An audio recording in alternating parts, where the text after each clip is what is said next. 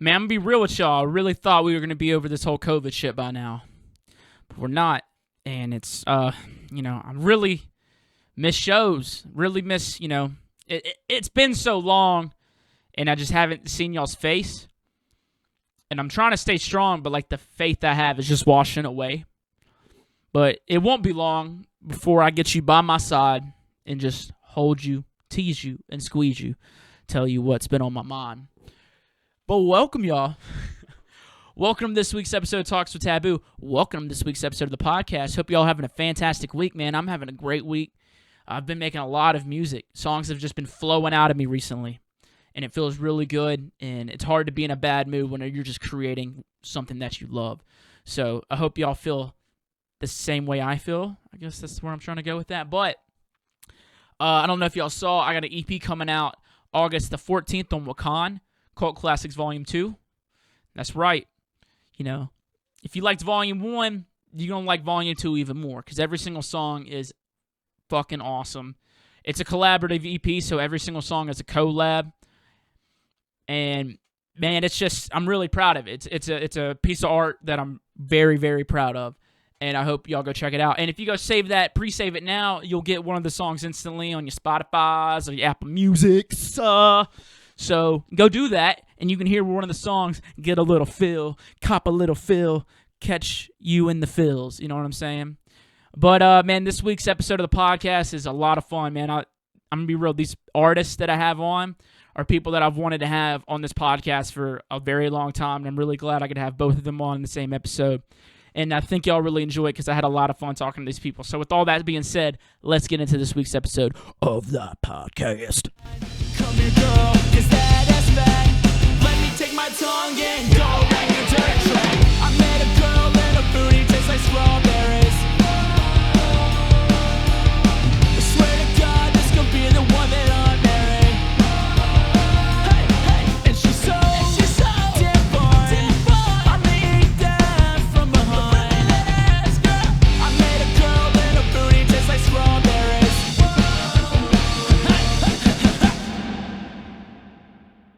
Joining us now is the cowboy hat wearing, tattooed ass swearing Southern boy representing the biggest state in the South. Ladies and gentlemen, Lil Texas. What's good, son? What's up, brother? How are you? I'm doing good, man. I'm good. I'm honestly a little shocked right now, dude. Like, I'm a little shocked because you're wearing a shirt. I kind of thought it's you would. cold. It's cold in my apartment. You wearing it's cold in your apartment, dude. You live out in California, right? Yeah, I do. We turn it down, while we sleep, and I get up and I'm like fucking freezing. So I had to put something on, man. Yeah, you type of guy who turns it down super cold when you sleep. Hell yeah, dude. Yeah, man. I don't know. This is just a little weird for me. So one of us has got to have their shirt off. So I'm just. This is. It'll.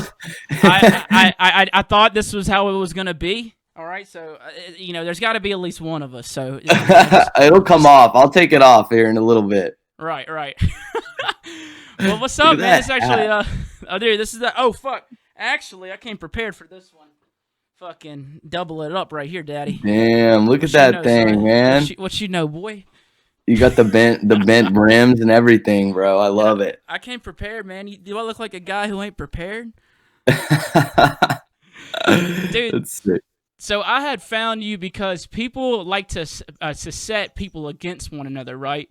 Because I'm like this Southern guy, and you are as well. And, so people came at me, oh, you just trying to be Lil Texas, man. You just trying to be Lil Texas. And I was like, I don't believe so, dude. But howdy, it's good to see another Southern guy representing, you know what I'm saying? That's funny. That's how I found about you. People were like, they were like comparing us. They were like, they're the same but different or whatever. And then I saw your content and I thought it was really funny. And then I like checked out I didn't know who you were, and I checked out your music and I was like, oh, this shit's sick. And like, I really like that one you did with G-Rex or whatever, G-Rex. Yeah. Some I like to the call art. Him Grex. Yeah, the art was sick. Yeah, man, people like to set us against one another, dude. It ain't right. It ain't right, brother. But speaking of the music, dude, so like, just real quick, do you ever get like mistaken for a rapper? Yeah, like all the time. People are like, what the fuck? But I think it's like kind of a selling point because people, they come to my page expecting something and then they hear like what I do and they're like, what the fuck? Yeah. And I think it kind of gets people a little interested or makes them run away very quickly. Right, Uh, right. but one or the other. Dude, so if you were to walk up to like a random person and got to chatting about music, like how would you explain like what would you say to explain your music? How would you explain that? Oh man, I just like I try to like say like hard style. I'm like, oh, I like make like hard style, just for like the sake of relatability, But then it's like, okay, I make like Gabber House, like 90s like Gabber House. If they don't get that, like maybe some older people will understand that. Which is actually closer to like what I do than like hard style. Yeah.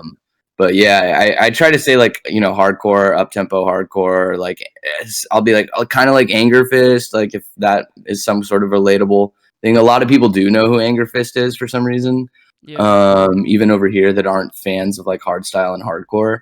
But I usually say like hardstyle but faster, Yeah. you know. Well, so Gabber House is like a genre. I've never heard of that before. Is was that like a is that like a big U.S. thing? I mean, is that a U.S. genre or was that N- founded around here or no? No, like Gabber House is like where it all started, like back in the 90s in Holland.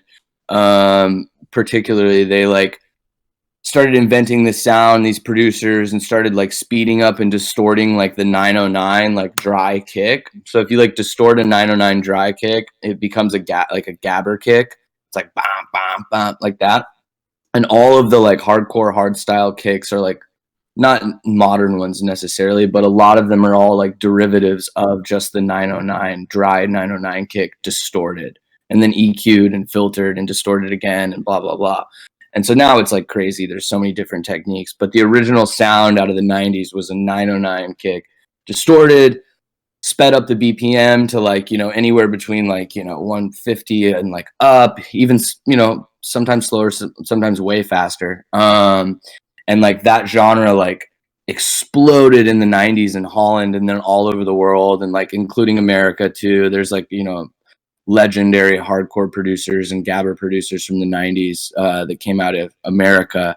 And yeah, it blew up, dude. I mean, like the old Thunderdome raves, like back in the 90s, were like all Gabber House, and like just straight up tracksuits, shaved heads, like the whole deal. So that's where like the genre, all of it's kind of a derivative off of that. Even hardstyle originally like comes from Gabber House Is and there like is there happy hardcore too.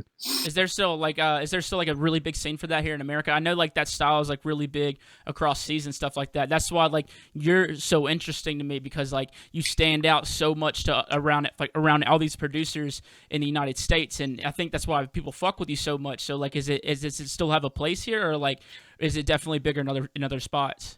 I mean, it's still really big in Holland and like Germany and like, Spain, Italy. That's like really like where a lot of the like massive shows are. You know what I mean? Like Mm-hmm. Masters of Hardcore has like 30,000 attendance, and it's like in an indoor event too, and it happens every year. Thunderdome still happens. But yeah, there is a scene out here in LA, like BassCon. They're like Insomniac's like hard style sector, so we do shows with them. And there's a scene. It's small. It's definitely like small, and it's definitely niche. Yeah. But we've sort of pitched it into the EDM scene, and people are starting to get more involved, and it's like it's pretty sick actually. No, like But it's definitely not huge. I feel like you're at the forefront of it over here in America, man. Because I mean, you see Thank like you. artists like G Jones, and then like Kzo, and all these people like tweeting about it and stuff like that. Saying, like and even like Subtronics tweeting about your music and stuff like that. Just because it is so different and like it's so fast, man. Like whenever you go into a project file, are you like really cranking that thing up to 200 beats per minute and going, or are you just Yeah, that's wild, yeah. man. That's fucking Like crazy. actually, but lately I've been on like 210. Like I'm like 210 is like my spot right now. Like I'm just like really, it like it rides like really nice and like to me, and like 200 feels like kind of slow now, which is like weird. That's wild, But man. How fast you think it's gonna get? I mean, dude, there's shit. I mean, I made a track at I did the G Jones remix at 1,000, and like I did the Subtronics remix at 600. But like I don't like release anything too seriously like above 250. Like that's kind of where I draw the line, because it's just but I'll do a Yeah. 300 track eventually. like a Hell yeah. terrorcore. You know, How high up does the BPM go on Ableton? That's like I haven't even tested that. 999. Yeah, So you you got seem to like do a it guy at who's like tested it. 500. Yep, right. What's crazy though, dude, is this kid like DM'd me about like when you're going that fast, when you're up to like 1,000, it's just like that. Mm, But different BPMs create different like sounds, and they ultimately go so fast that they become pitched. So you can like actually make a BPM a key because it's so fast that the like burr, like the it's a sound certain will actually, frequency. yeah, will be a frequency and a key. So you can like tailor it to a certain key, which is fucking insane. I don't do that shit, but That's crazy, man. Like maybe like fun fact. taking that and then like resampling it and then stretching it and doing some more like really Yeah. cool like those crazy kicks, man. Yeah, I think that's like a component of like granular synthesis, actually. Yeah, The, yeah, that yeah, that concept. yeah. So I heard like I could be G wrong about Jones. that. I heard like G Jones will take like his full projects, like his full songs, and then just like put it through a granular, and then just like pick pieces out of it and make new songs from a full track, which is Hell wild. yeah. Yeah, it Hell gets yeah. really so like. How do you like get inspiration? Because it's so like energetic, dude. Like it's so like if there's a day where you're just chilling, like are you able to just get in there and just fucking go hard like that, or are you just like, man, I got to do some meth right now and let's go? I don't know, man. I go out and get inspiration, dude. You know what I mean? Like I go out and get shit that I want, you know? It's like an action-based thing for me, and like nah, I can't do it every day, you know? Like but I live pretty like I'm like in it, bro. Like I have this like gripe with like producers a lot in EDM that like don't fuck with their genre. Like they don't listen to the music that they produce. I Like, know a they're lot of not people into like it. that. Yeah, And that's like cool, like that's okay. Like if that works for you, then like so be it. But like I love up-tempo hardcore. So like I'm like listening to hardcore like when I work out. I'm like blasting it in my car. Like I'm just like fully invested, fully fucking committed cuz like that I don't know, I just stay in the music, and then so like when I do sit down to produce, I'm always inspired. I'm like, "Ooh, I could do that." Like, that was a cool idea in that track. Like, let me see if I can sort of like emulate that in my own style. Like I like that fill, I like that structure, I like all this different shit. I like the way that kick rolls, you know. So I stay in it, dude. I just stay in my genre. I dedicated my life to this shit, and I live and fucking breathe it, dude. It's like hardcore for life. You know what I mean? That type of mentality. it means you just love it, dude. I mean, you gotta love it. You know what I'm saying? If you love, Yeah, they say, if you doing something you love every day, you never work a day in your life. yeah, that's That's what. facts. Yeah, you just got to go out there and get it, man. That's awesome, though, dude. Like, so what, do you feel like your genre, like you yourself, do you feel like you're perceived the best here in America just because like all these other producers are fucking with you, or do you feel like in the other countries where the genre is bigger that you have a bigger fan base? How do you feel about that? I'm like kind of, think I'm like sort of like 50-50, maybe a little heavy on America, maybe like 60-40. Because like initially people in Holland and a lot of people didn't really like me. They're like, oh, who's this fucking cowboy? Like, what the fuck? Like, he's like all jokes. Like, he's a meme. Like, this music isn't real hardcore. Because I do have my own sound within the hardcore genre. Right. I don't make like like necessarily traditional hardcore. Um, and so certain people fucked with me, but a lot didn't. And it's very like near and dear to them. I mean, it's their culture, you know. And I didn't want to like, you know, step on that or like appropriate that necessarily in a way. Like I love the music and it's all about the music for me. And so I did have a little bit of a tough time breaking into the European market initially. America was definitely like where I was getting my plays and people were fucking with me. A lot of like Mexico stuff too. But yeah, I have a fan base over there like pretty heavy, and my shows are, you know, split about the same, like 60-40. I'm like, well, you know, this year's fucked, but I was supposed to be in like Europe like every month this year, you know, Yeah. doing a different like festival that's like all hardcore events.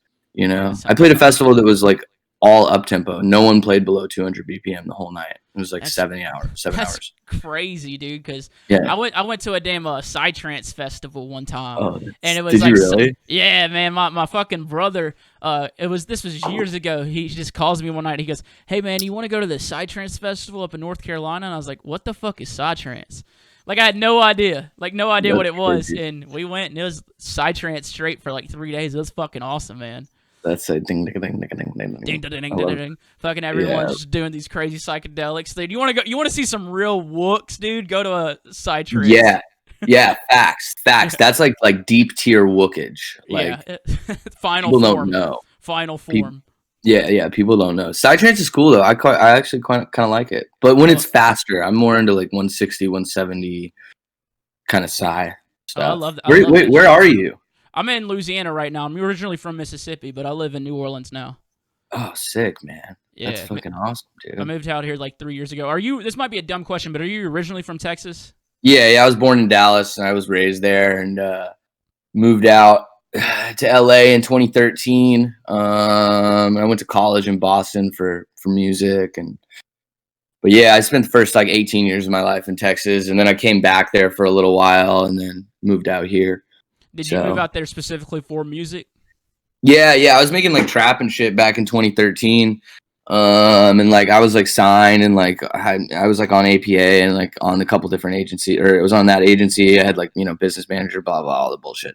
And like things were seemingly going to go well, and then uh, I pretty much, long story short, ruined my life and had to get my shit together. Damn, Um, man. in like 2015. But yeah, so I moved out here for music. Yeah, I did. Yeah, ran into some fuckery, huh?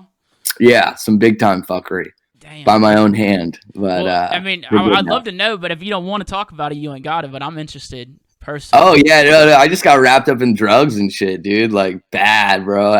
Some people know out there, like online, like I'm sober, and have been for like 5.5 years, and completely sober.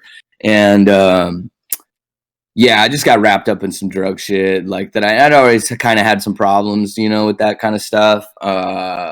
I'm like, that's such an understatement. Like I had like major problems with that shit. Uh, but yeah, I like cleaned my shit up in 2015, and it's been good since. And you know, but Well, yeah, LA was not conducive to that when I first moved here. Now it's like actually pretty conducive to the opposite of like a healthy lifestyle for me, actually, and stuff like that. so since like a lot of like the music field has changed a lot from being a lot of like from personally networking to now it's a lot of online stuff. Do you still feel like having to go to like LA or something like that to network or to do music? Do you still feel like that's very important, or do you think like people can get it throughout wherever they're at just because of the internet? I think, yeah. I mean, if your shit's strong online, like I believe that you can do anything. It's a matter of like having fans and selling tickets. Like that's ultimately what it comes down to. You know what I mean? I think. Um, and then people being interested in like what you're doing just in general.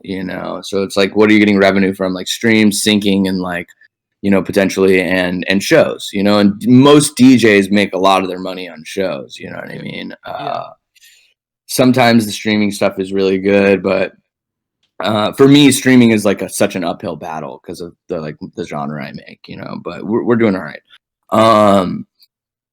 I don't think it's necessary anymore. I have had a lot of experiences where it was very beneficial that I was here.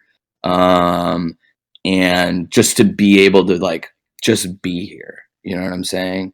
Um, but not really. I yeah. don't think so. You can be Cool. like huge and live in Louisiana, and like as long as you can sell tickets and tour, like you're good. Yeah, as long as there's Yeah, a fucking airport, dude, it doesn't matter. yeah, exactly. It doesn't matter fucking where you're from. Like it's all about numbers. The people who like are that care about fucking numbers, dude. And if you're not putting up fucking numbers on the board, then like I'm fucking sorry, dude. And Dude, like so we all want to get off that direct support slot and into the headline slot. That's the goal. very true. Very true. Dude, Yeah. so being out in LA, there's all these different type of artists, all different genres. Now, since you're kind of like in your own field, like in your own lane in a sense, and you got like this cowboy thing going on, and then your name looks like a rapper. Do you ever like have anybody like put you in the studio, or you ever been in the studio with like other rappers or like any country people out there in LA? No, not really, to be honest. I've been in the studio with like rappers and shit. Like I was in Amsterdam with Carnage, and we were hanging out. I can't remember why I was there. He was there though. Carnage was in Amsterdam, and we were hanging out, and he brought me to the studio, and like it was like him and like Teeny Tempo was there. It was just like Teeny Tempo was just like hanging out, and I'm like sitting there like in my fucking full on cowboy gear, like Carnage is like, this fool makes crazy ass music. Like you don't even want to hear it. Trust me, don't listen to it. Like I was Bro, like, this shit's so good, you don't want to hear it, bro. You don't even I was want like, this. thanks, bro. But yeah, Carnage is, man. I love DJ Carnage. He's a fucking homie, and yeah. I end up in situations like that, but never like to like work. Nitty Gritty and I have a collab that's like a country hardcore track. It's Oh pretty hell sick. yeah, dude, he's so dope, man. Yeah, That he's that, the that, man. that kind of reminds me of that scene from them Walk Hard. What are you doing? We're smoking reefer. You don't want none of this shit. So good, bro. Yeah. Love that shit. So I wanted to bring up the cowboy thing, man, because you mentioned like other countries are in like Holland. They're like, man, like who the fuck is this guy dressed in cowboy shit? But I feel like that type of image is kind of fucking coming back, dude, because we see a lot of rappers doing it, Diplo's doing it. Like, do you think that change has helped you a lot, or like you've always been kind of the same? You know what I mean? Like, has it gotten a little easier over time for people to accept it, or is it just like people still have this image going on? It was honestly, bro, like where do I start with this? Long story short, in 2017, 2018, I was gonna quit music, and like I wasn't making hardcore. And I got this like booking, and like dude, I was on this such like a fuck it tip because I was still DJing like Space Yacht and other things. I was on like such a fuck it tip because I didn't care that I like was playing all this hard style and hardcore in my sets because I've always liked it, Right. So I'm playing that shit like towards the end of my set, a little bit at the beginning, and then doing like bass music and stuff in between. And like so I started doing it, and I got this like opportunity booking at Wasteland, which is a hardstyle festival.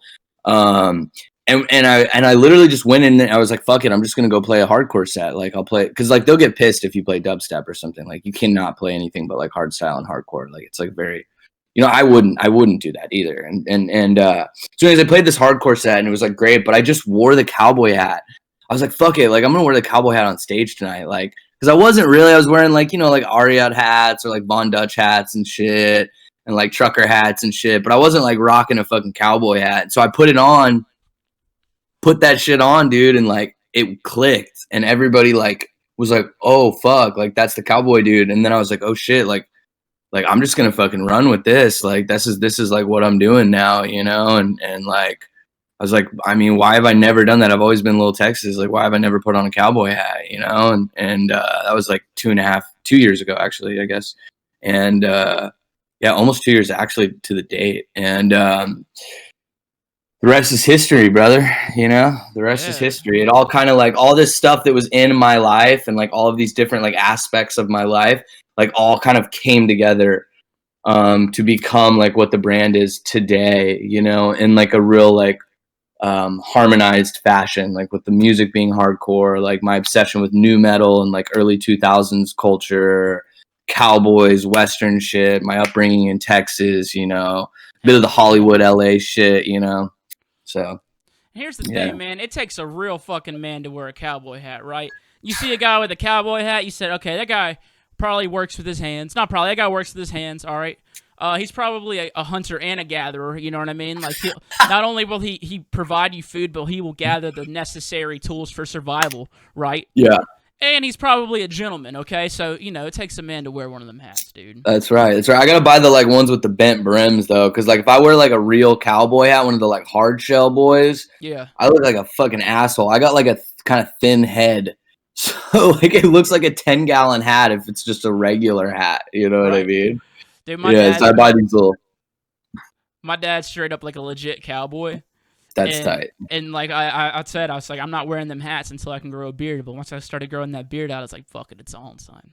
Yeah, it looks cooler with a beard. It does look a lot cooler with the beard, but it looks good on you, dog. All right, it looks good Thank on you, you. thank Yeah, you. it works. I like the like tacky rocker ones. Like there's like spots in Hollywood where you can go and get like that like rocker gear that like you see like fucking like what's the fucking band? I don't know. It's something like Nickelback or like Avenged Sevenfold or some random shit that they're like it's like where do they buy those clothes with those like weird skulls and like the cutoffs and their jeans are all crazy like it's like some weird shit, but there's spots like that in Hollywood where you can shop and they have these gnarly cowboy hats with like snakes and they're all like bent up and like weird flags and crazy shit. Punk rock cowboy gear. Yeah, I like that shit, man. Just like khaki cowboys. Yeah, I'll see like Danny Warsnop from Asking Alexandria. He wears a lot of that shit now, man. Rocking and rolling, dude. Yeah. Dude, but I appreciate you talking to me, man. I don't want to take up too much of your time though, but no, I'm chilling. So like, since you are like, such this different guy and like a loud brand and personality and stuff, like I'm sure like, some people see something different and they're like, dude, let's point and laugh at him because he's different. You know what I'm saying? Mm-hmm. They see something, they're like, what?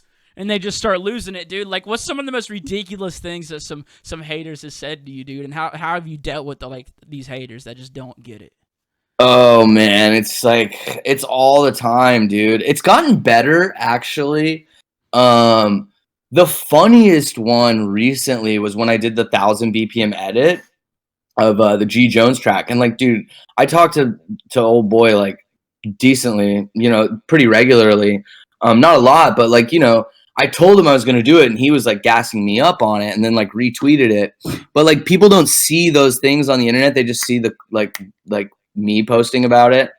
And people were like so mad about that. They were like really, really like viscerally upset and being like, you like ruined this. Like you need to stay out of this. This is fucked up. Like, why would you ever do this? Are you fucking serious? Like, just dude, so crazy. I was like, guys, it's a 1000 BPM song. Like, it's not that serious. Like, let's just like chill out here. Like, right. And not to mention he supported it. You fucking weirdos.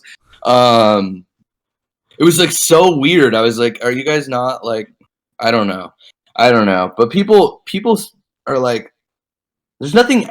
I don't know, man. I don't have any like direct quote. I wish I had like a great direct quote, but I don't. It's mostly people just like, your music is literal trash, and that's like the thing I get the most. I love a good hater though, dude. I have fucking mad haters for a lot of the shit that I do, and I bet you do. I'll purposely like try to piss certain people off. Like I'm in a Twitter war right now, just pissing a few of those super PC people off, just purposely. Yeah, I like your style, man. I've you're not afraid to make a joke, man. Comedy ain't dead. It's not, dude. And here's the thing, man. One thing can't be funny, and the other can't. You know what I'm saying? If you can make fun of something, I feel like you got to be able to make fun of it all, right? Yeah. I mean, it's all within reason. You know what I'm saying, man? Oh for shit, you, brother. Both shirts are off. Yeah, dude. I was actually gonna, say, it's got to happen. Yeah. Should I do a mangina? Should I stand up with a mangina? Do it. Absolutely, 100%. I'll do it too. I'm gonna not do that one. Oh, okay. I was gonna do it with you, and we were gonna mangina it all. But I am gonna use it with a sock on my dick. Red Hot Chili Peppers status. Yeah, I saw that fucking tweet, dude. Like, that's for real, huh? Yeah, I'm definitely gonna do it. Well, I did this cameo. Like, I don't know. Whatever. I don't know. Tommy Cash's like team like reached out to me to do like a cameo in his video, and so I did this thing with like a sock on my dick. Hell yeah! And got naked and just like sock on my dick. But... So what size sock we speaking? Extra small. Yeah. Oh fuck small. Yeah, dude! Loud and proud. Like what they say about big cowboy hats, dude. Yeah, tiny penises. Really small. Average white male penis. Average. And look, I'm happy with the average. I'm all right with it.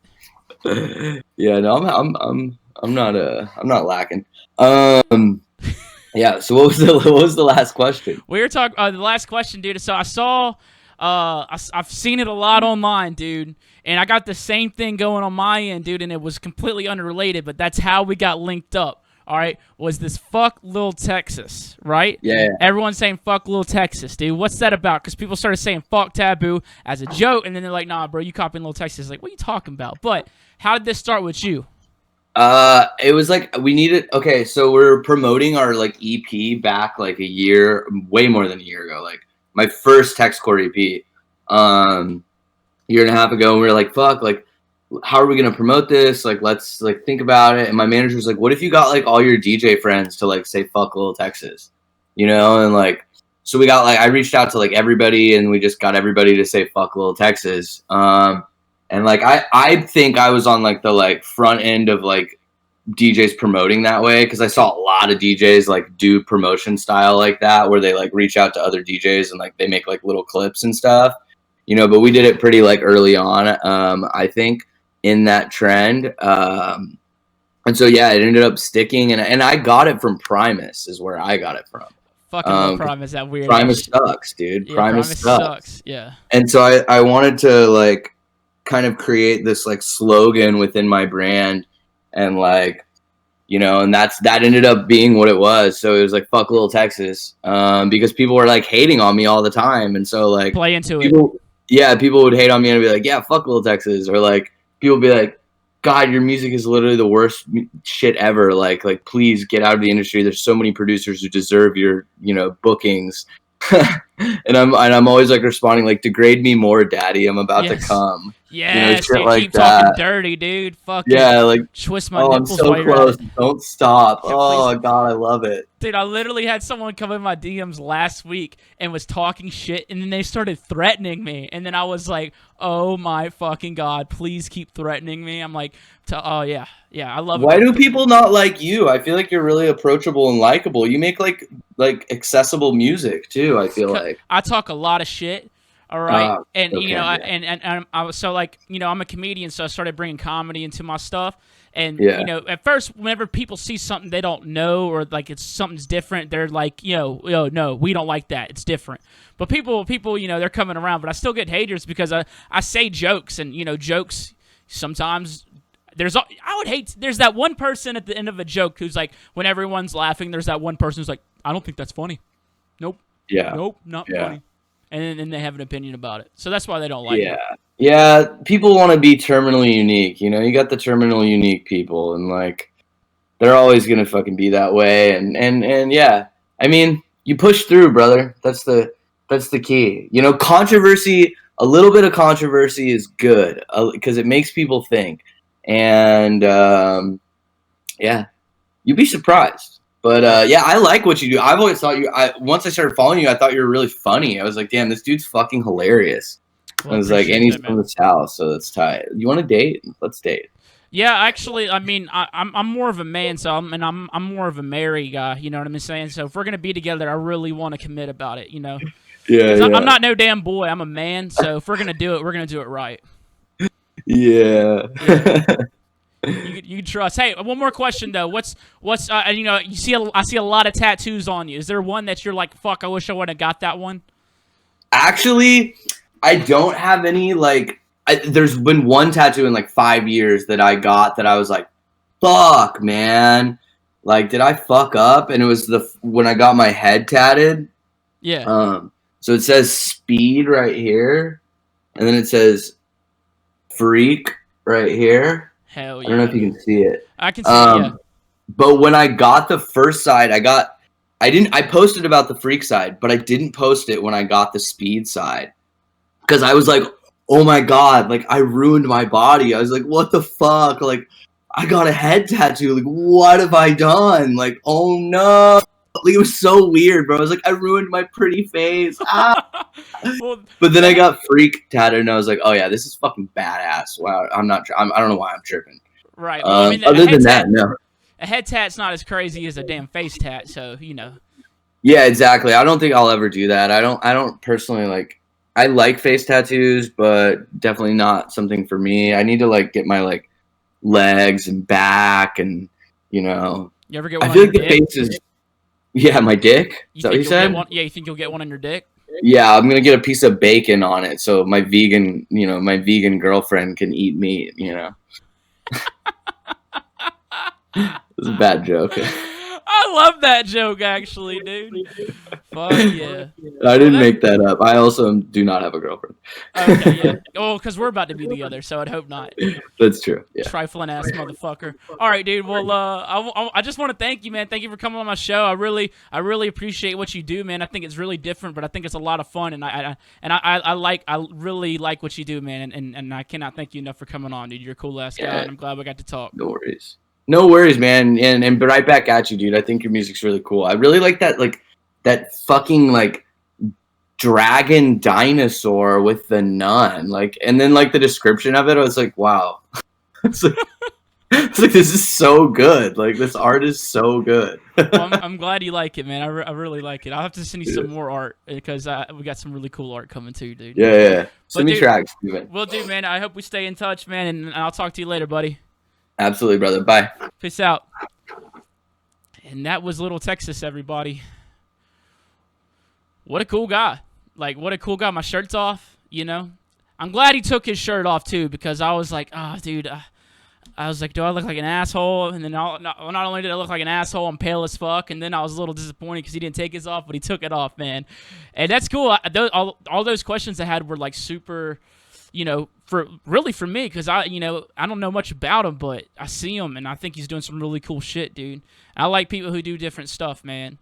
And that dude is tatted the fuck up, son. And for real, first time I did see his name, I thought he's a rapper. But I think it's cool, dude. I want to see some, if I wasn't Taboo, I'd probably be Young Mitchell. Just to say, let people decide. Is he a DJ? Is he a rapper? Is he my father? Who knows? But anyway, let's get to our next guest. Joining us now is a man who isn't really a doctor, but he claims he's one. He's a big-time fan of this show, actually long-time listener and many-time caller. My good friend, Subdocta, everybody. What's good, buddy? What's up? How you doing? I'm doing good, dude. Your room is messy as fuck, dog. Dude, I just got back from a drive-in show, and I got to leave again tomorrow. So I don't know if you're like me, where when you get back from traveling, you usually don't unpack for the first 3 fucking days. And then then you scramble when you have to do it again. I don't know, man. I think I'm pretty much... I think that's just you, man. I'm a very neat and clean guy, man. I try to at least. I hate unpacking, and I hate laundry, and so I just wait until the last fucking second. Oh, laundry's the absolute worst. I am not good with laundry. I'll go ahead and say that. You eating right now? Dude, I just got back from I've been running around like crazy today. I gotta have a snack. Well, I appreciate you taking the time to come on the show, man. Dude, for sure. You keep fucking talking about me in every one of your episodes, so I figured, well, he either wants to sleep with me, or I just have to do this fucking thing so he shuts up. Or maybe both, bro. Who knows? That's fine. So you're about to leave again? Are you going to another drive-in show? Yeah, I got 2 more. I got one in Chicago tomorrow, and Scranton, Pennsylvania, on whatever the day that is after tomorrow. Friday. Hell yeah, man! You're going on these drive-in shows, dude. I was kind of against them, not against them happening, but against playing them. But I'm starting to realize that I don't see shows coming back. It's gonna soon. Be the new normal, and they're doing such a great job with them too, in terms of safety and all that stuff. That is important, but everyone just makes the biggest deal about it. But they are doing a great job, and it's fun, man. It's just fun to do something again, get out of the house. Yeah, I think I'm about to get into the drive-ins myself, man. I just got to get out of this damn house, man. I've just been locked in. Yeah. Well, and you live in the swamp too, and it's fucking hot and muggy, and it's disgusting. Summer. It's disgusting. Disgusting. Yeah, dude. And we ain't even got AC, dude. If you want to use the bathroom, we got an outhouse in the back, dude. Oh, that's great. Nah, man. The safety. I've been seeing the safety is the one the main concern for it. But I saw the Disco Donnie one in Texas a couple days ago got shut down by the fire marshal for what it seems like no reason. I mean, I know the Disco Donnie crew, and he's not gonna. He's not gonna. We've all played with Disco Donnie. Yeah, the most professional, straightforward event company there is. If there's some type of safety precaution that needs to be taken, they're gonna do it. So I thought that was fucking crazy. They got shut down. Well, remember we play. I I think it was the last. Oh, you called me after I played one, or right before I did a Disco Donnie one back in like April. I did like the first drive-in show, and we talked on the phone a little bit, but it was great. So I think it just might be the fact that their whole state is fucking it up. Yeah. You know what I mean? Yeah. Their numbers are just through the roof, so they just gotta like put the hammer down, even though it's nobody's really like not their fault. I don't know. Yeah, no one knew how to deal with it, man. But I mean, so you think this is going to be a thing that's going to go on even after shows are back? Probably not once shows are back, but I don't think people are gonna be comfortable for a really long time. You know, Yeah. in big group gatherings, no matter what. Like we really have like societal PTSD from what's happening. You know, I like go to the store and I'm like, oh, there's 4 people in that fucking aisle. I'm not going. You know, it's just our whole entire mentality as a society has changed. So it's gonna be a long road, I think. So they'll be around for a while, but who knows? Yeah, a long way to the top if you want to rock and roll. Yeah, I think AC/DC said that, right? Right. Yeah, dude, I'm gonna really miss like handshakes, like like I see like Good, movies now, strong fucking dude. Like handshake, dude. just like it's just like giving a piece of your word. You know what I mean? And a man's only worth Yeah. what his word is. You know what I mean? Exactly. Just a sign of No, it was respect. funny. Just fucking boom. Just throw a paw in there. It's like Yeah. I fucking miss you, man. Yeah. Now, do you think we're gonna like take up the bows? I just go straight for the genitals. Yeah, me too. I'm like, I get on my knees. I'm just like, let's get this over with. Yeah, like we all know what's happening here. Let's just get it done. Yeah, I'm here for one reason and one reason only. Then I'm going home. Oh yeah.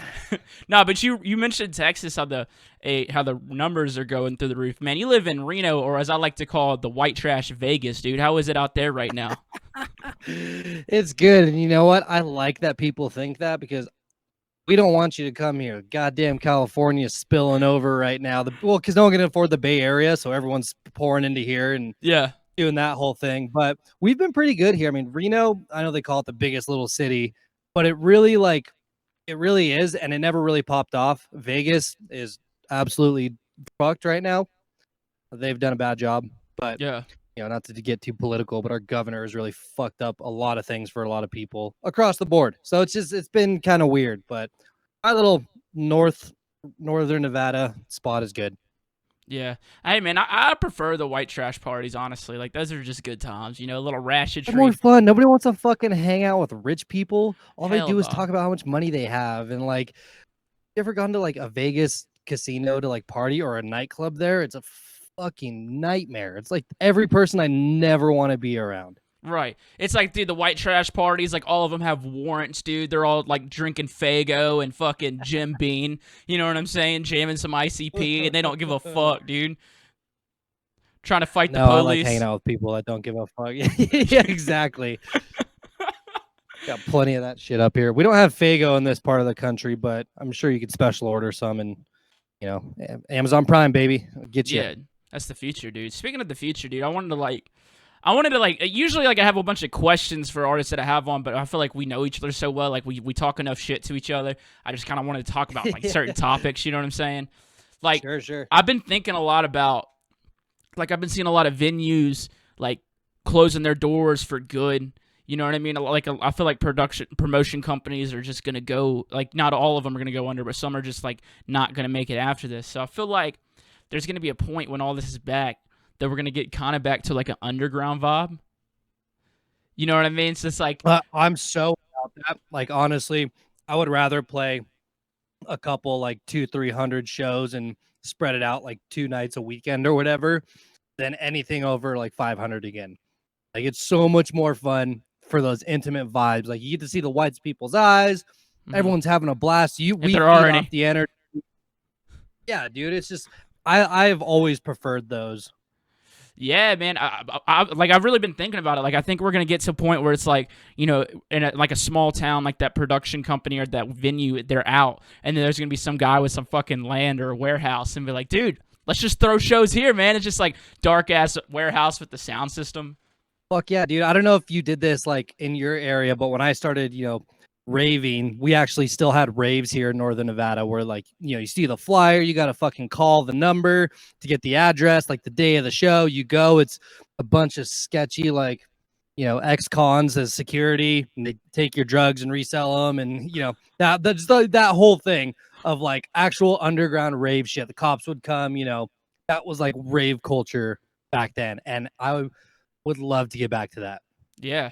I've gotten invited to a couple of those, like, as after parties where it's like, you know, they're handing out, like, you know, they hear about the after party at a warehouse and you have to call the number. I went to one of them one time, and it wasn't in a warehouse. It was just in the hood, and it was so cool. It was just like the whole neighborhood was still awake at 4 a.m. It was Fun. I like that. I like that vibe. I mean, obviously it's fun to do like the big shows and with the, you know, actual concerts. They're not raves, in my opinion. They're actual concerts, you know, full production, beautiful venues, and those are still really fun. But every once in a while you got to get back to the nitty gritty and, like, you know, piss in a corner of a warehouse while you're dancing really hard for 12 hours. Right, dude. Some guys naked, but it's chill. If that's, you know what? Fuck yeah. Fuck yeah, dude. Fuck yeah, let's go. Nah, so do you think like because I think about this all the time, like if it goes back to that, do you think like the music that's getting consumed from people at shows, like do you think it's going to be the same? Because I feel like, me personally, I feel like a lot of like the really like giant sounding, like, I won't say generic, but I will, like dubstep, like one of the reasons those shows are so dope is because of all the crazy production and just the lasers in the system. Do you still think that's going to be like the thing, or do you think, or I mean, it still might be the thing, people still might be just raging even harder because it'll be a smaller show, but I don't know if, like, do you think like the music consumed is going to be different, or like the consumer's interest is going to be different at shows since the production's not all going to be there? I think so, from like the EDM kid standpoint. You know, like I remember when I first started getting into this, it was still like the big DJs. You hear the easy stuff that you obtain on the internet or YouTube or whatever, and then you have to go down the rabbit hole to find the stuff that really latches to your soul. You know what I mean? And like big shows now, it is an experience. It's an immersed experience of what, like you said, big sound, big lights, you know, a full fucking show. And that's what half of what makes it fun. You know what I mean? Because it's like a full on fucking circus inside of a concert venue. But then we've all played those shows, like, you know, for example, Wakan Fest last year, or I do these small ones in the NorCal areas growing up, where it's still just that same vibe of like dark, some light, you know, it's just some lights. It's not like a big video wall. It's just big sound and happy people. You know what I mean? So I do think the music will be consumed differently, and I think it's made to be consumed differently. Yeah. I don't want to hear, you know, Never Say Die's greatest hits on a fucking, you know, Function One sound system in a forest. You know what I mean? That to me is not in the spot into which it's supposed to be perceived in. Yeah. What do you want to hear on a fucking Function One system in the forest? Dave Matthews Band. Hell yeah. I don't know, man. I used to be a function tech, and I used to work a lot of those festivals doing audio and stage managing and stuff. And Function One it's not my favorite. I like it. It's great. It's clear, but the low end never really did it for me. Yeah, it just didn't have that booty, dude. Yeah, I like being touched a certain way by low end. You know? Yeah. Is low end your uncle? No, actually, yeah, this is a nickname. Low end. Yeah. Or some people like to call him Logan, but you know, he's just taking the name Low End. His real name's Logan. He's missing a few teeth, so it just sounds like he's saying Low End. Also, he don't know the alphabet that much either, and you know, the alcohol really makes him slur. So you know, it sounds like he's saying Low End. So yeah, the moonshine. Yeah, so whenever Low End does get to me, it's best, you know, their moonshine is present. So. For everybody involved, it's best if we're all drunk. Yeah. So what about like, dude, how do you feel about Skinnerd on a Function One, dude? Like if I get on stage and the first and only song I play is some Leonard Skinnerd, how you feeling about it? I would love that, but I also don't know any single Leonard Skinnerd song off the top of my head. Huh? But I know. So watch out, gonna get canceled. Don't know Skinnerd, but dude, where are you from? I think are you originally from ballsy. Reno? Like United States, Reno? I'm from. Yes. Well, Carson City, which is the smaller fucking capital of Nevada. But like, But I didn't Nevada grow in up the on United that States. shit. I didn't. Yeah, well, yeah. I didn't grow up on like, that kind of music. I grew up on like 90s alt rock with my dad and shit like that. So I don't know any of that stuff. Dude, I need to sing to your soul, man. It's just you ever heard of like Democracy Core? You know what I mean? Like freedom rock, okay? Damn. You know? Oh my god. Red, white, and blues. now. You know what I'm saying? Red, white, and blues. Yeah. Yeah, sure. Sure. Hell yeah, dude. I've been seeing that you've been doing a lot of riding some bicycles on some dirt hills. Is that just called? It's not like dirt biking, because then I think of a dirt bike. What is that technically? Just BMXing? Mountain biking. Okay, yeah, that makes a lot of sense, honestly. You're on a mountain bike, so Yeah, okay, right. If I was on a BMX bike, it'd be called a BMX bike. You're right. Dude, I just got this bike. Fucking Clutch gave me this bike that some girl tried giving him, and he didn't want it. And I've wanted a bike for a while, so he gave me this bike, and I would not be surprised that this bike was from the fucking 50s. Okay, like the tires That's are fucking sick. No, it's not. This bike sucks so much, asshole. So like you got a full road bike. You got Huh? a full road bike with the skinny, the skinny little tires, like the Yeah. weird handlebars. Yeah. What the fuck is that? You call it? What's it called? What are those bikes That's- called? Those are the road bikes. Those are the guys that wear the really tight spandex and they piss off the side when they're racing because they're going way too fast and they can't stop. Dude, those things suck, and this one sucks super hard. I want to see some videos of you just cruising the streets of New Orleans, like on this road bike, and not getting hit by the cars there, because the people that fucking drive there, holy shit. Well, they're They're all drunk, insane. dude. They're all drunk, okay? I mean, yeah, I get it, but I live in a 24-hour city too. I know New Orleans is different, but Nevada is still, most people are drunk all the time. Same, but something- different. Yeah. Yeah, I think it's the humidity in the air, really just makes them want to drive extra aggressively. Yeah, I mean, well, you also just gotta stay like your body level as far as like liquids and alcohols has to keep up with the environment, right? That's true. That's Yeah. true. Yeah, dude. But so I got to see you play this year, and it was one of the only. Oh, actually, no, it wasn't one of the only shows, but it was a fucking dope show. It was the Boogie Trio show out here in NOLA during Mardi Gras. Oh yeah, for Mardi Gras. Mm-hmm. Dude, you came in fucking hot on that one. All night we're like, where the fuck is Mitch at? And then you showed up just like, I've been drinking. Woo! And you were like into the nines of Mardi Gras shit. And I was like, I fucking love this. Dude, I reached my final form, bro.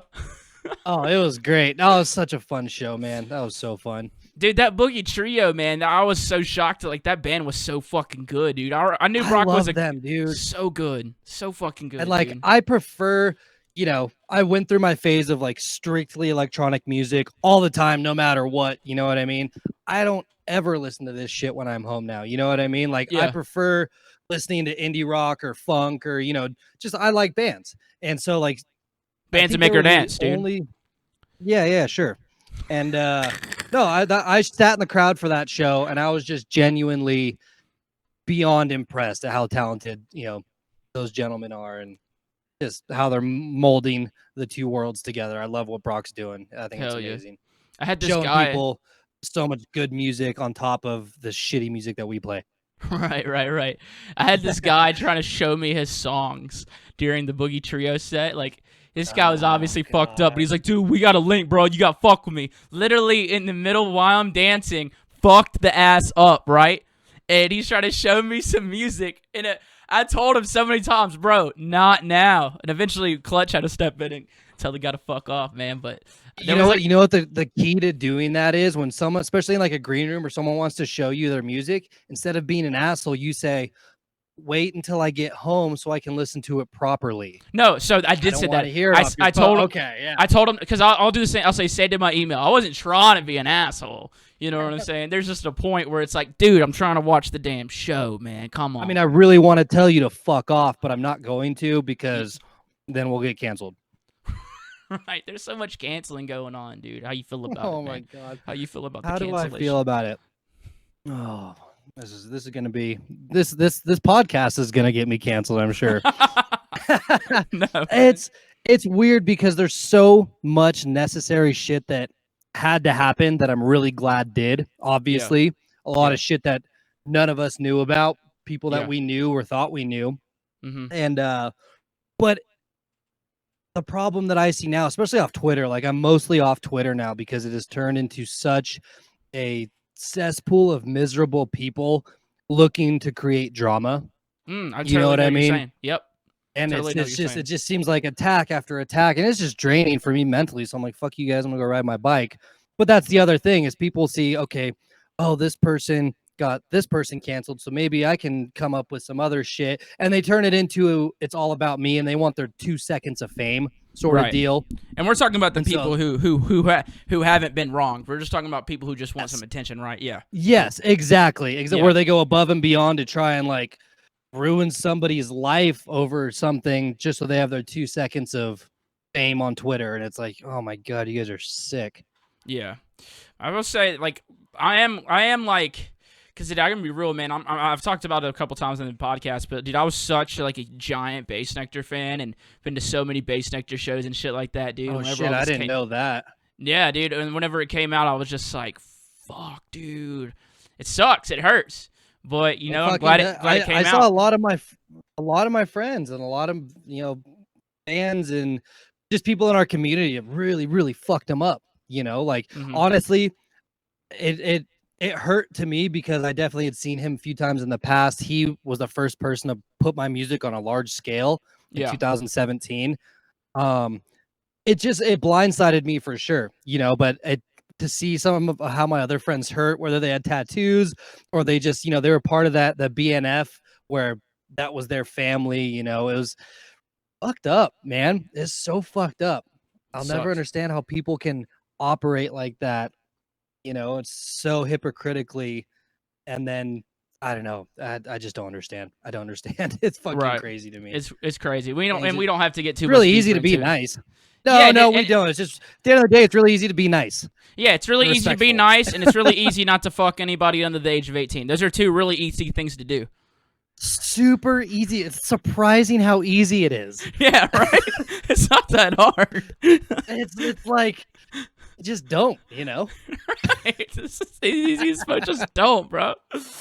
No, so going back to Mardi Gras, man, I will say, like, that was actually my first time getting to actually watch one of your sets. Like, we've been at same festivals and shit together, but we've never had a chance to, like, I've never had a chance to, like, sit down and watch a Subdocta set. So, like, I Right. really enjoyed the set, and the best part I really enjoyed about it was the drum and bass, man.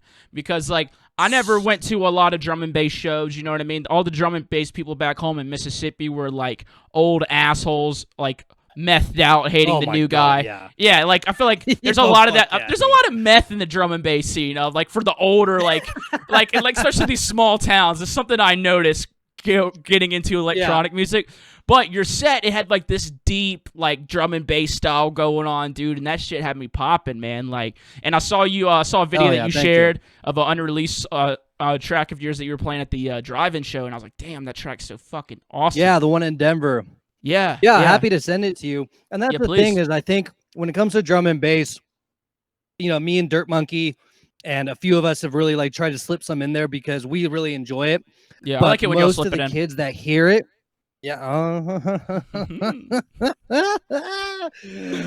sex joke.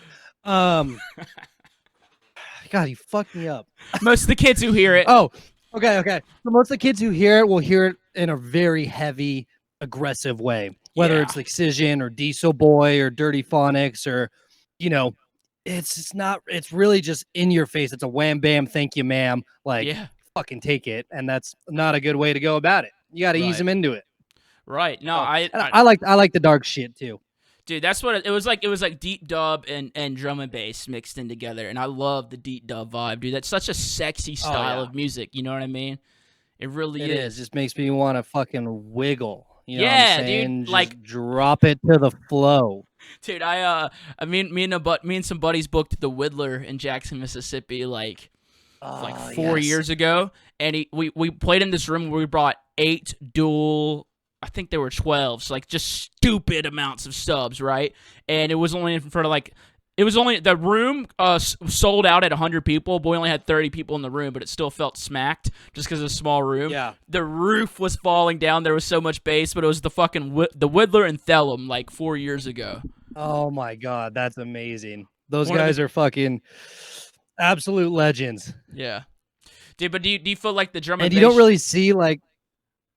Oh, go ahead. Go ahead. No, I don't see what I see. What? You said I don't. You said I don't really see. What do I see, man? I don't remember what I was gonna say. Because I'll continue what you were saying. Do you feel like this drum? Because like drum and bass.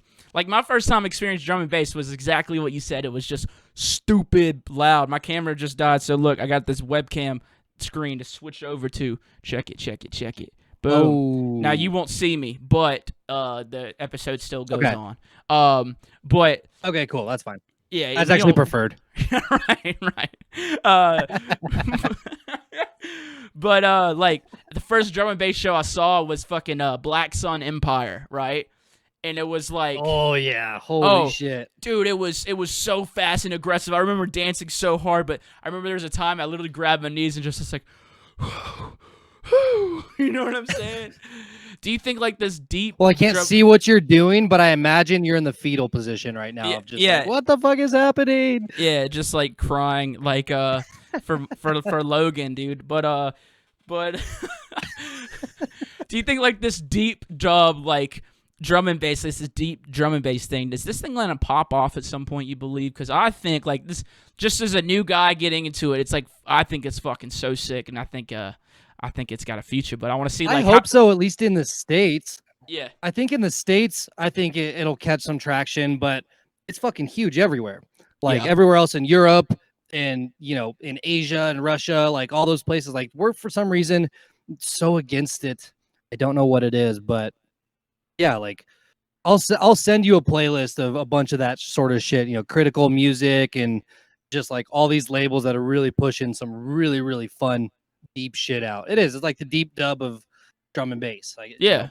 The shit's tight, man. Simplest Like, terms. I have noticed that like crowds, like here in the U.S., they're like not about like whenever you do some drum and bass shit. Like I'm not saying you specifically, but They like, don't know how to dance. right. It's like it's a They different. don't know how groove. to move to it. It's a two-step. It's it's every other, but they're trying to like go as fast as the music, and it just makes me wonder how they ever graduated high school. I don't understand how you can't figure dude. out the count of how to fucking dance. Dude, you're gonna turn into one of those angry drum and bass guys, dude. The older ones, the one I'm talking about. Probably. Oh, dude. I can't wait to be old. I am going to sit on my porch for 23 hours a day and just complain and complain. Or maybe not. But I would be really good at it. Yeah, man. I've done some drum and bass in my sets, and sometimes it's like it's hit or miss a lot of the times and stuff like that. And yeah, I mean, I hope It's very hit or miss.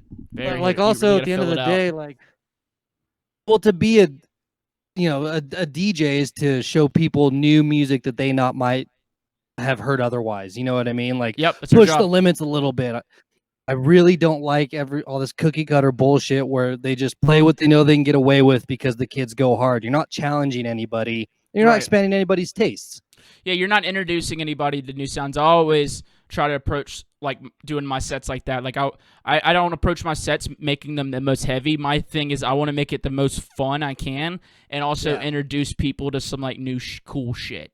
Yeah, it's cool. It's fun when you make your set like a roller coaster. You know what I mean? Yeah. I don't want to just hear fucking banger for an hour because then nothing has the chance for impact if every song is as hard as the last one. Yeah, I get that, dude. I've also had a lot of friends hit me. I actually had a friend message me the other day, one of your tunes. Oh, fuck, what was it? I don't know if he knows that we're friends or whatever, or quote unquote friends, but he sent me this tune. He's like, have you heard this? I was like, no. He's like, it's fucking great. I bet you'd love it. And it's cool when I just see like people from, back home or whatever talking about my friends. I'm like, yeah, that's cool. That means they're making some interesting shit and it's not getting lost in the bubble of, the EDM world. So I got two questions out of the things you just said. All right, what song and why air quotes on the Friends part, bro? Like the fuck, dude? What the fuck? Come on, man. I thought we were cool, dude. I don't know whose team I'm on right now. Dude, you ain't got to be on a team, dude. The SFAM guys are the worst. It's just Michael. Jacob's awesome. Michael's just so aggressive. Gentle Jacob. Yeah, gentle Jacob. You can't say anything bad about him, but God, Michael needs to go to therapy. I swear to God. Dude, I love it whenever SFAM does like, or it's Michael who does like the social medias. I love it when he does like Instagram videos and shit, like promoting a song. He puts like half of his face on the camera and like, yo, what up, man? We just put a new song out in this bit. Go check it out. And he's like dancing while he's doing it. Go check it out or I'll beat up your fucking mom. Yeah, super zoomed in. Like he zooms in all the time. What up? I'll fucking fight you. Listen to our song. But yeah, dude, you don't got to be on a team. So the song was... That's true. The song was Clear. Okay, yeah, that's a good one. That's a good one. Yeah, I don't think I've ever heard that one, so I'll have to check it out. Yeah, check it out, dude. Is it new or old? It's Clear came out in January. Yeah. Of this year? Yeah. So that like 4 years ago? Yeah, in music time. It's been the longest fucking year of my life. What are you doing right now, like just in life, other than these damn shows, man? How are you passing these times? I'm looking at this chocolate cover art that you have. Chocolate for this song. Oh, that's Quality Goods. Yeah, it's Quality Goods. They do their own art. Oh, yeah. Okay. Yeah, okay. You know if it, you know it's my art if there's some type of sexy thick nun in it. Yeah. If there's fruit and asses involved. Yeah, anything sexual. This kind is a taboo artwork. I mean, I kind of wish that I went with that route. Yeah, I like fruit, and who doesn't like a good butt? Right, dude. I mean, you don't think you could switch it up real quick and write a drum and bass song about eating ass? Who's to say that I don't already have that? Okay, yeah, right on, dude. Respect, dude. That's respectable. That's that's something that you can like, you can show proud. Like I worked this. I made this with my hands. I built this. All right, this came from the soul. These two soft hands of a musician. Rough, dude. You gotta play it right. Oh, that's true. Actually, I've been getting a bunch of calluses from riding my bike, which makes me feel a little more manly, so that's cool. Yeah, dude. Whenever I was a drummer, I had like stupid calluses. I'd bleed while drumming, and it made me feel good about myself. Oh my god, I did too. Because I played the drums for like 5 years growing up. I want to say like 8th grade through my senior year of high school, and then I sold them when I went to college. But God, I miss that shit. Yeah. You still have a kit, don't you? Dude, so I sold the kit. I have two kits. The one was an electric kit. It was set up. I sold that so I could have room to do this podcast setup. And then my other kit's in my closet. It kind of hurts my soul, but I'm focusing on being I'm focusing on production, not a drummer. I toured for a while as a drummer, so I got all the things in. Oh, nice. Yeah, so it's just like, I don't know how much. Is it kind of fun to like take the background? I feel that. It's like kind of fun to take the background of being a drummer and applying it to like music production. Like I struggle so bad with like writing melodic stuff, which I think that's why I tend to put out a lot more of like melodic, funky dubstep, because it's hard for me. But like the drum stuff just comes so easy, and it's just so fun to like have a groove. You know what I mean? It's not so fucking robotic sounding. And no, I totally get that 100%, man. That's like one of my favorite parts about it, and then like the experimentation of the sounds. You know what I'm saying? Yeah, we like to experiment in the dark. I've been experimenting my whole life. Okay, so yeah, with low end. Well, dude, so like we'll quick, you know what I'm saying? I really appreciate you hanging out with me, but so you used to work. Stage finally, fuck. You've been talking about me for so goddamn long, and then you finally hit me up, and I appreciate that. That's nice. Dude, I told you I was gonna have you on whenever it was ready. You know what I'm saying? I wanted to do it like this, Got the nice setup. Yeah, for sure. I wish we could have done it in person. That would have been fun too. Yeah, we would have been doing some fuckery, slamming whiskey shots together. Yeah, dude, getting trashed. I think like the It's Baldy like 3 episode. p.m. here, and I'm like, I don't want to drink. Yeah, the Baldy episode was like probably the trashiest like I've been on a podcast. We just got smacked. That does not surprise me, dude. It was so funny being with him on the Blunts and Blondes tour. Yeah. Like, 'cause, you know, when I saw you at the Joy Theater show, that was just a one-off because we had a day off for the Blunts tour. I got booked to fly out to NOLA and do that, and then I was right back with those guys. And holy shit, the tour took a lot out of me, but it was hilarious, like just absolutely hilarious. Baldy's fucking wild, dude. That Dude, guy's a I'm fucked fucking up. Character, dude. Dude, I'm freaking out. I'm freaking out, man. I'm panicking.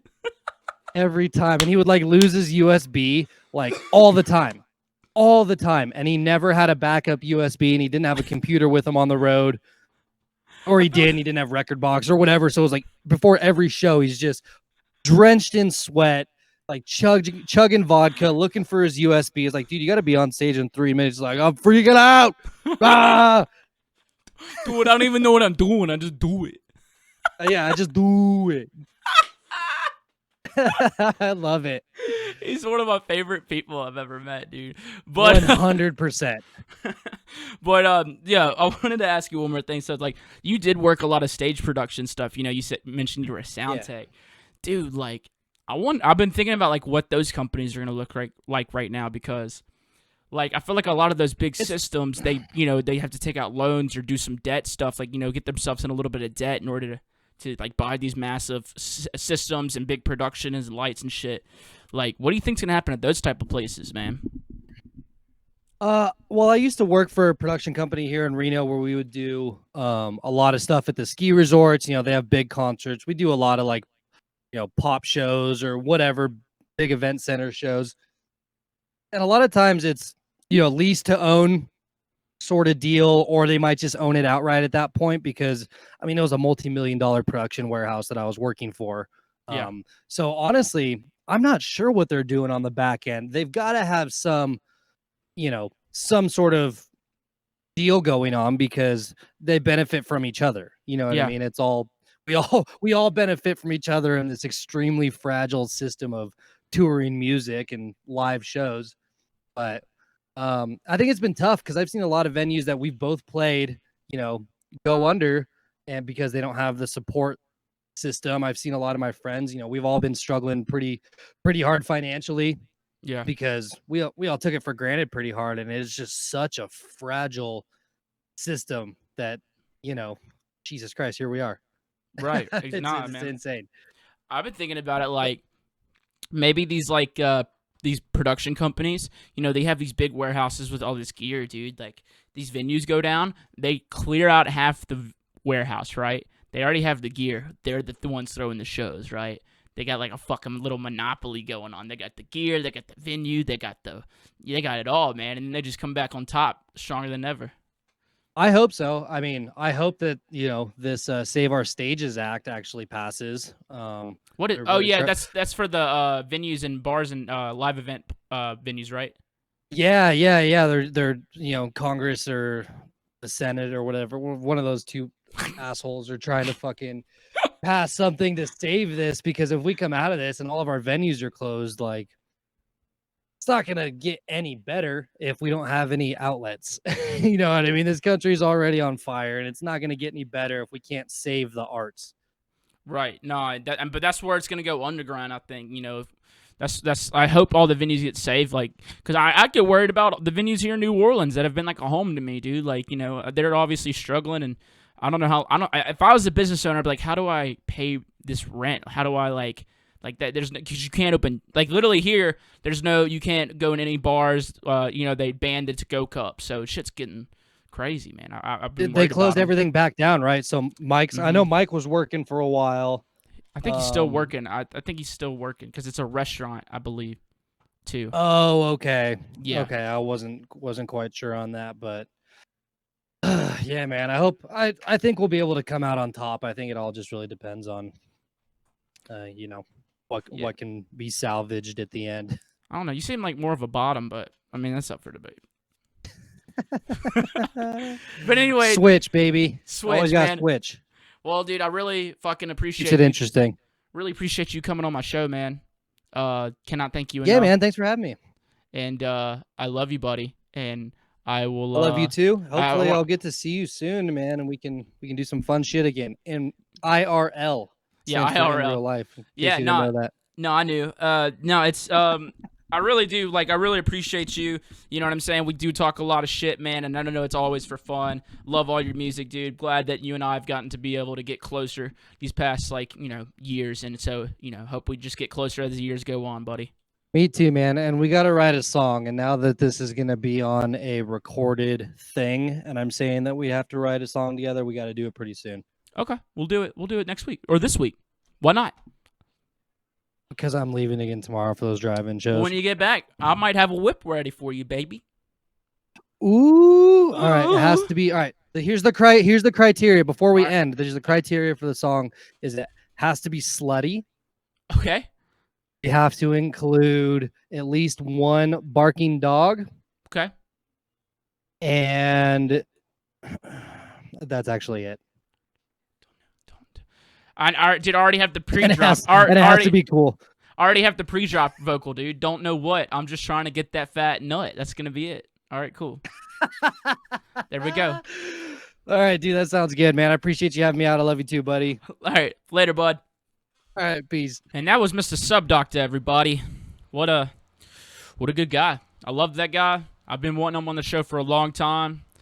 And I don't like that he did the air quotes when he said friends, though. I didn't like that, Preston. You fucking handsome little bitch. But yeah, man, y'all go check him out in your cities, man. He's doing these drive-in shows. Y'all go check him out, dude. And I appreciate everybody listening to this week's episode of Talks with TVBOO, man. I had a lot of fun this week. I hope y'all did too. And I will see y'all next week for another episode. I love y'all. Be good out there. Do whatever the fuck you want, and because you can. No one can tell you what to do. Unless they tell you to put your mask on. That's kind of like a law. Then you got to put your fucking mask on. But you get what I'm saying. Love y'all. Peace.